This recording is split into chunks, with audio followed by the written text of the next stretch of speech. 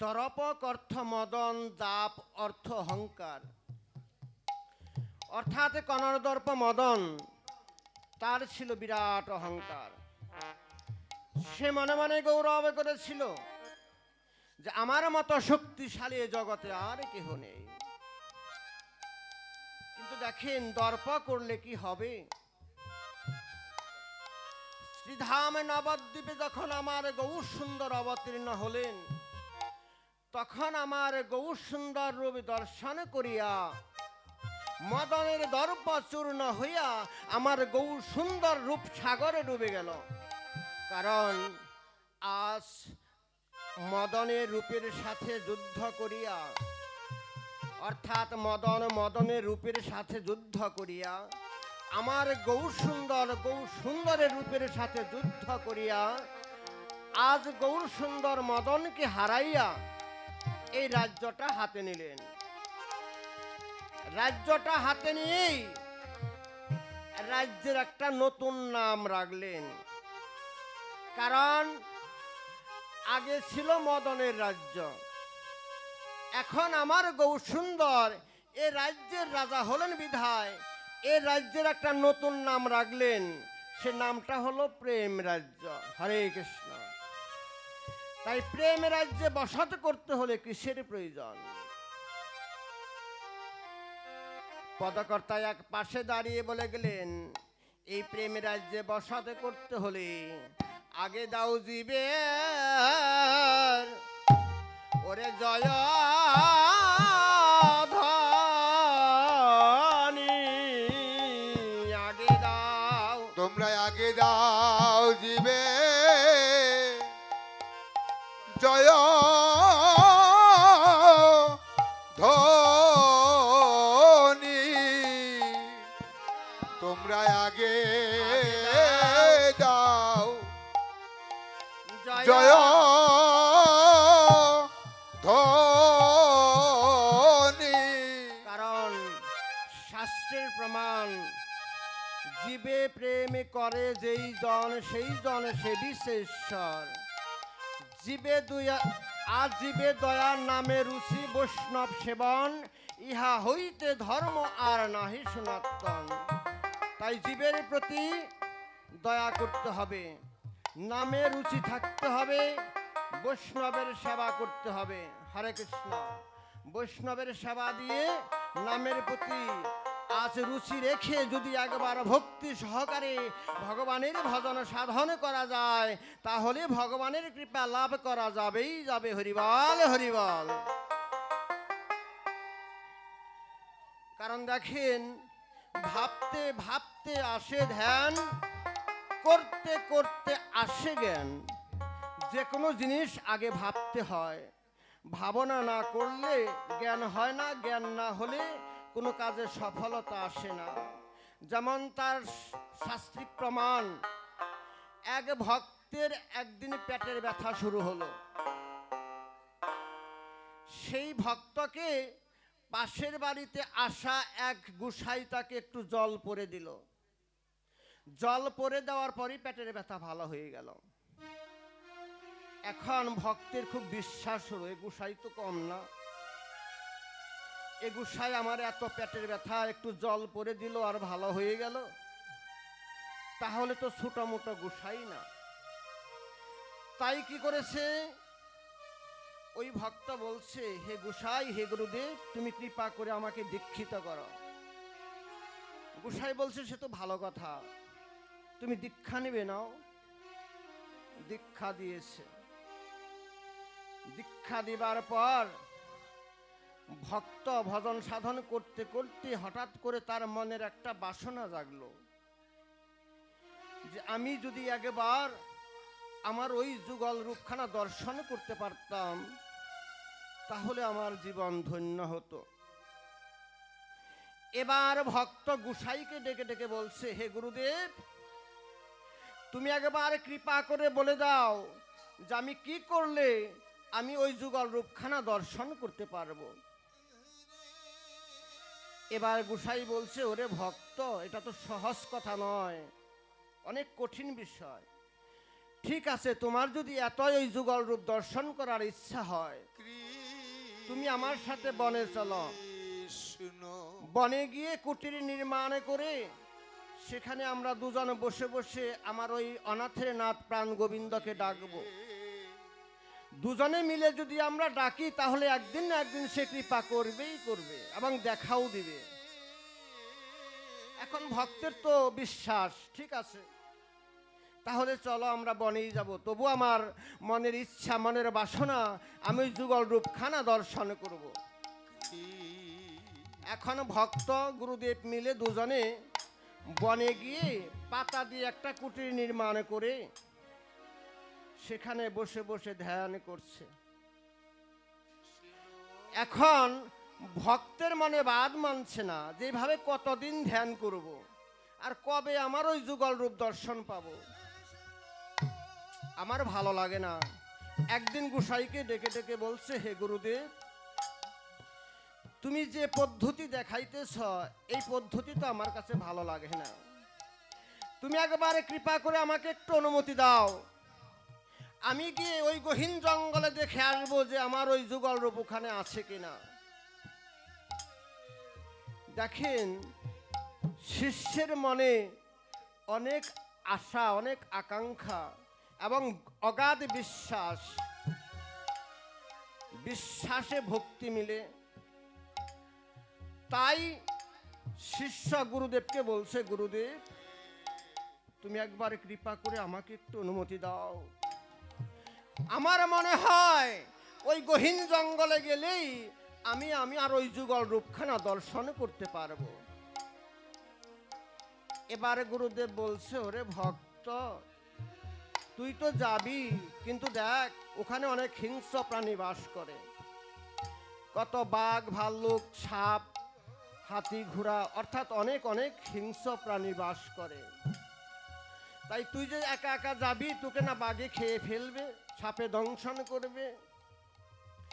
কিন্তু শিষ্যের মনে একটাই আশা, আকাঙ্ক্ষা, মনোবাসনা, যে আমি যাব আমার ওই রাধাকৃষ্ণের যুগল রূপ দর্শন করতে।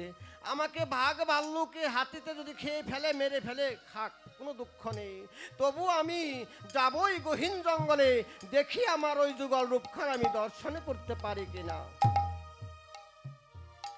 গুরুদেবের অনুমতি নিয়ে আস্তে আস্তে ভক্ত কৃষ্ণ নাম করতে করতে, হরি গুণগান করতে করতে জঙ্গলে চলছে। কয়েক অরণ্য পার হয়ে যখন গভীর অরণ্যে পৌঁছেছে, কারণ দেখেন ভক্তের মনে শুধু একটাই জল্পনা কল্পনা, যে কখন আমি ওই যুগল রূপখানা দর্শন করতে পারবো। এবার গহীন জঙ্গলে যখনই গিয়েছে, হঠাৎ করে রাধা কৃষ্ণের নৃত্যের যে রুনুঝুনু শব্দ, সেই শব্দটা কানে এসে পৌঁছালো। এবার ভক্ত আরেকটু অগ্রসর হলো। অগ্রসর হয়ে দেখে এরকম একটা মন্দির, সেই মন্দির মাঝে রাধা কৃষ্ণ যুগল হয়ে নৃত্য করছে। হরিবল হরিবল। দেখেন ভক্তের বিশ্বাস, ভক্ত রাধাকৃষ্ণের যুগল রূপ দর্শন করে ফেলল।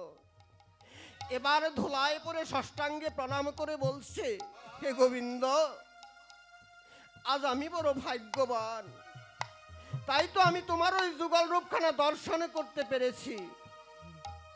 তাই আমি যেন জন্মে জন্মে যুগান্তরে এমনি ভাবে তোমার ওই যুগল রূপ দর্শন করে ভজন সাধন করতে পারি। হরিবল হরিবল। ওই ভক্ত আস্তে আস্তে গুরুদেবের নিকটে এসেছে। গুরুদেবের নিকট যখন এসেছে, গুরুদেব বলছে, ওরে ভক্ত, একবার বলতো দেখি তুই গহীন জঙ্গলে কি দেখে এলি। এবার ভক্ত বলছে, গুরুদেব, আমি ওই গহীন জঙ্গলে দেখে এলাম একটা মন্দির, সেই মন্দির মাঝে রাধা কৃষ্ণ নৃত্য করছে, আমি ওই যুগল রূপখানা দর্শন করে এলাম। এবার গুরুদেব বলছে, ওরে ভক্ত, তুই আমার শিষ্য হয়ে, ছাত্র হয়ে ওই গৌর রূপ ওই যুগল রূপ দর্শন করে এলি, আমি গুরুদেব হয়েও তা পারলাম না। এবারে গুরুদেব বলছে, ওরে ভক্ত, আগামী কল্ল গিয়ে তোর ভগবানকে বলবি যে আমি কি করলে তার ওই যুগল রূপখানা দর্শন করতে পারবো। পরের দিন ভক্ত আস্তে আস্তে গিয়েছে গোবিন্দের নিকটে, যুগল রূপ দর্শন করে ষষ্ঠাঙ্গে প্রণাম করে বলছে, হে ভগবান, তুমি একবার কৃপা করে বলে দাও যে আমার গুরুদেব কি করলে তোমার দেখা পাবে। গোবিন্দ বলছে, ওরে ভক্ত, তোর গুরুদেব আমার দর্শন পাবে না, কারণ তার বিশ্বাস নেই, ভক্তি নেই। ভক্ত বলছে, গুরুদেব, আমি যখন তোমার দর্শন পেয়েছি তখন তুমি কৃপা করে বলে দাও কি করলে আমার ওই গুরুদেবই তোমার দেখা পাবে। এবার ভগবান বলছে, যাও তোমার গুরুদেবকে গিয়ে বলো যে যেখানে বসে ধ্যান করছে ওখানে আছে একটা মরা তেঁতুল গাছ, ওই মরা তেঁতুল গাছে ফুল জল দিতে দিতে যেদিন তাজা হয়ে ফুল ফল দিবে সেদিনই সে আমার দর্শন পাবে। এবার ভক্ত আস্তে আস্তে গিয়েছে গুরুদেবের নিকটে। গুরুদেব যখন প্রশ্ন করলো, ওরে ভক্ত, বলতো দেখি তোর ভগবান কি বলেছে। এবার ভক্ত বলছে, গুরুদেব, আমার গোবিন্দ বলল যে এই যে মরা তেঁতুল গাছ, এই মরা তেঁতুল গাছে জল ঢালতে ঢালতে যে সেদিন তাজা হয়ে ফুল ফল দিবে সেদিন তুমি তার দেখা পাবে। এবার গুরুদেব বলছে, ওরে ভক্ত, আমি বাঁচবই বা কয়দিন, এতদিনকে আমি বাঁচবো নাকি? তুই আগামীকাল লাগিয়ে তোর ওই ভগবানকে বলবি যে কি করলে অল্প দিনে আমি তার দেখা পাবো। পরের দিন আবার ভক্ত গিয়েছে আস্তে আস্তে ভগবানের নিকটে। ভগবানের নিকটে গিয়ে ষষ্ঠাঙ্গে প্রণাম করে বলছে, ভগবান, তুমি একবারে কৃপা করে বলে দাও যে কি করলে আমার গুরুদেব অল্প দিনে তোমার দেখা পাবে। এবার ভগবান বলল, ওরে ভক্ত, বলছি না তার গুরুদেবের বিশ্বাস ভক্তি নেই। এখন ভক্ত বলছে, না, আমি যখন দর্শন তোমার পেয়েছি তখন তুমি কৃপা করে বলে দাও যে কি করলে অল্প দিনে সে তোমার দেখা পাবে। এবার ভগবান বলে দিল, যাও তোমার ওই গুরুদেবকে গিয়ে বলো যে যে ভক্ত আমার দর্শন করেছে সেই ভক্তের চরণ ধুলি যদি তুমি একবার মাখতে পারো তাহলে তুমি তার দর্শন পাবে। এবার ভক্ত মনে মনে ভাবছে যে আমি তো আমার ওই গৌর রূপখানা দর্শন করে গেলাম, তাহলে আমার কথাটা আমি কেমন করে বলবো। এবার ভক্ত মনে মনে ভাবছে যে আমার কথাটা তো সরাসরি বলা যাবে না, তাই একটু প্যাঁচ দিয়ে বহুবচন করে বলছে গিয়ে। যখন প্রশ্ন করেছি, ওরে ভক্ত, বলতো দেখি তোর ওই গৌর সুন্দর কি বলেছে। এবার ভক্ত বলছে, গুরুদেব, আমার গৌর সুন্দর বলে দিল যে যে সমস্ত ভক্তরা, অর্থাৎ বহুবচন করে বলল যে যে সমস্ত ভক্তরা আমার ওই রাধাকৃষ্ণের যুগল রূপ দর্শন করেছে সেই সমস্ত ভক্তদের চরণ ধুলি যদি তুমি একবার অঙ্গে মাখতে পারো তবেই তুমি আমার ওই গৌর সুন্দর রূপখানা দর্শন করতে পারবে।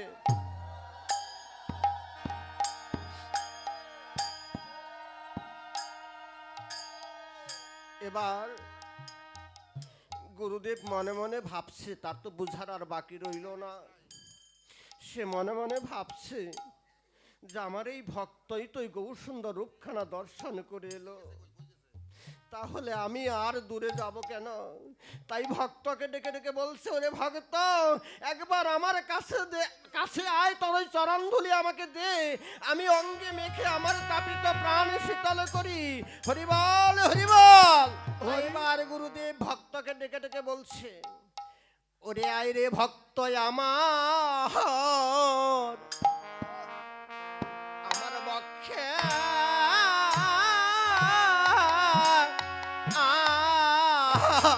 আয় রে।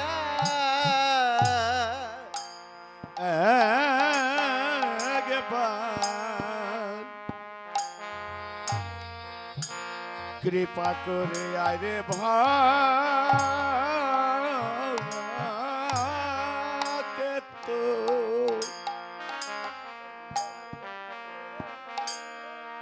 আমার এই পক্ষে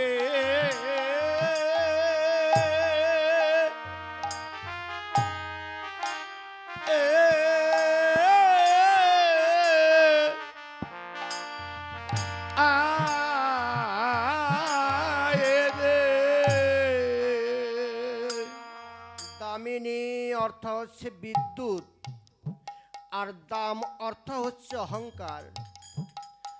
অর্থাৎ বিদ্যুৎ মালা আখি ঝলসে ক্ষণপ্রভা। বিদ্যুৎ যখন আকাশে ঝলক দেয়, সঙ্গে সঙ্গে সারা জগৎ আলোকিত হয়ে যায়। আলোকিত হয় বটে, কিন্তু ঝলকের পূর্বে যতটুকু আধারে থাকে জীব, তার সে চতুর্গুণ আধারে পড়ে যায় এই ঝলকের পরে। হরে কৃষ্ণ, তারা আর কিছু দেখতে পায় না, অন্ধকার নেমে আসে। তাই এই যে আমার গৌর সুন্দর রূপ, এই গৌর সুন্দর রূপের কোনো মলিনতা নাই। তাই একবার যারা জ্ঞান নয়নে দর্শন করতে পারে, তারা যেন মুখে হা গৌর প্রাণ গৌর বলে একবার গৌর প্রেম সিন্ধু মাঝে ডুবে যায়। হরিবাল হরিবাল। দেখেন, এই যে তারা অনেক আধারে পড়ে যায়, তারা আর কিছু দেখতে পায় না, কিন্তু আমার এই গৌর স্বরূপ রূপ যদি একবার জ্ঞান নয়নে দর্শন করতে পারে, সে যেন আরে ভুলিতে পারে না, সে জন আর ভুলিতে ওরে পারে না।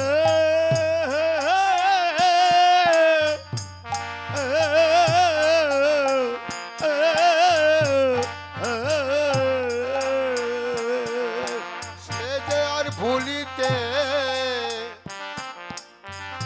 পারে না।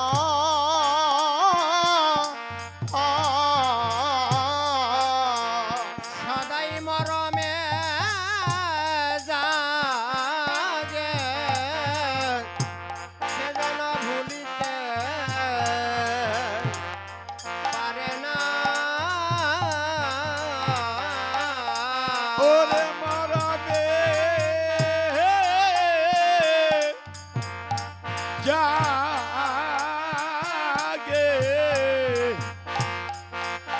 সে যেন ভুলিতে পারে না। কোন কুসুম অর্থ হলো প্রস্ফুটিত ঘাটি ফুল বা সুন ফুল। সাজের বেলা দুই নাগরী সুরধ্বনি গঙ্গার তীরে বেড়াতে গিয়ে এক নাগরী ওই সুন ফুল দর্শন করে আর এক নাগরীকে ডেকে ডেকে বলছে, দিদিলো দিদিলো, ওই তো চেয়ে দেখ কি সুন্দর সুন ফুল বা ঘাটি ফুল। আমি তোর ওই গৌর রূপের সঙ্গে এই সুন ফুলের তুলনা দিলাম। কিন্তু অপর নাগরী ডেকে ডেকে বলছে, দিদিলো, তুলনায় তো তুল্য হলো না, তাই আমরা কিসে বা গণিগ।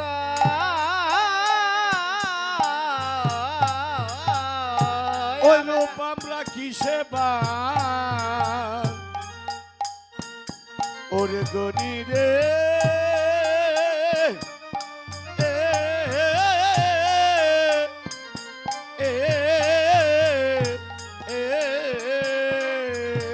ওই রূপ আমরা কিসে বা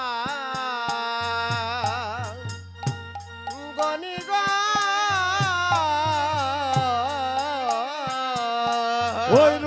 আমরা কিসে বা ওরে গনি রে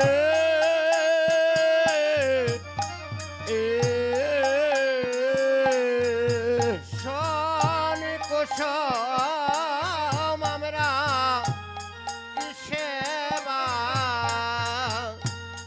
গণিগ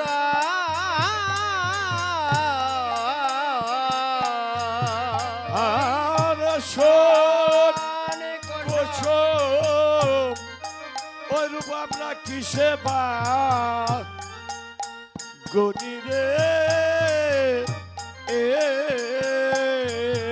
ওই শোন কুসুম গুরারো পেরয়া ওরে শোন কুসুম হরিবাল আরে শোন কুসুম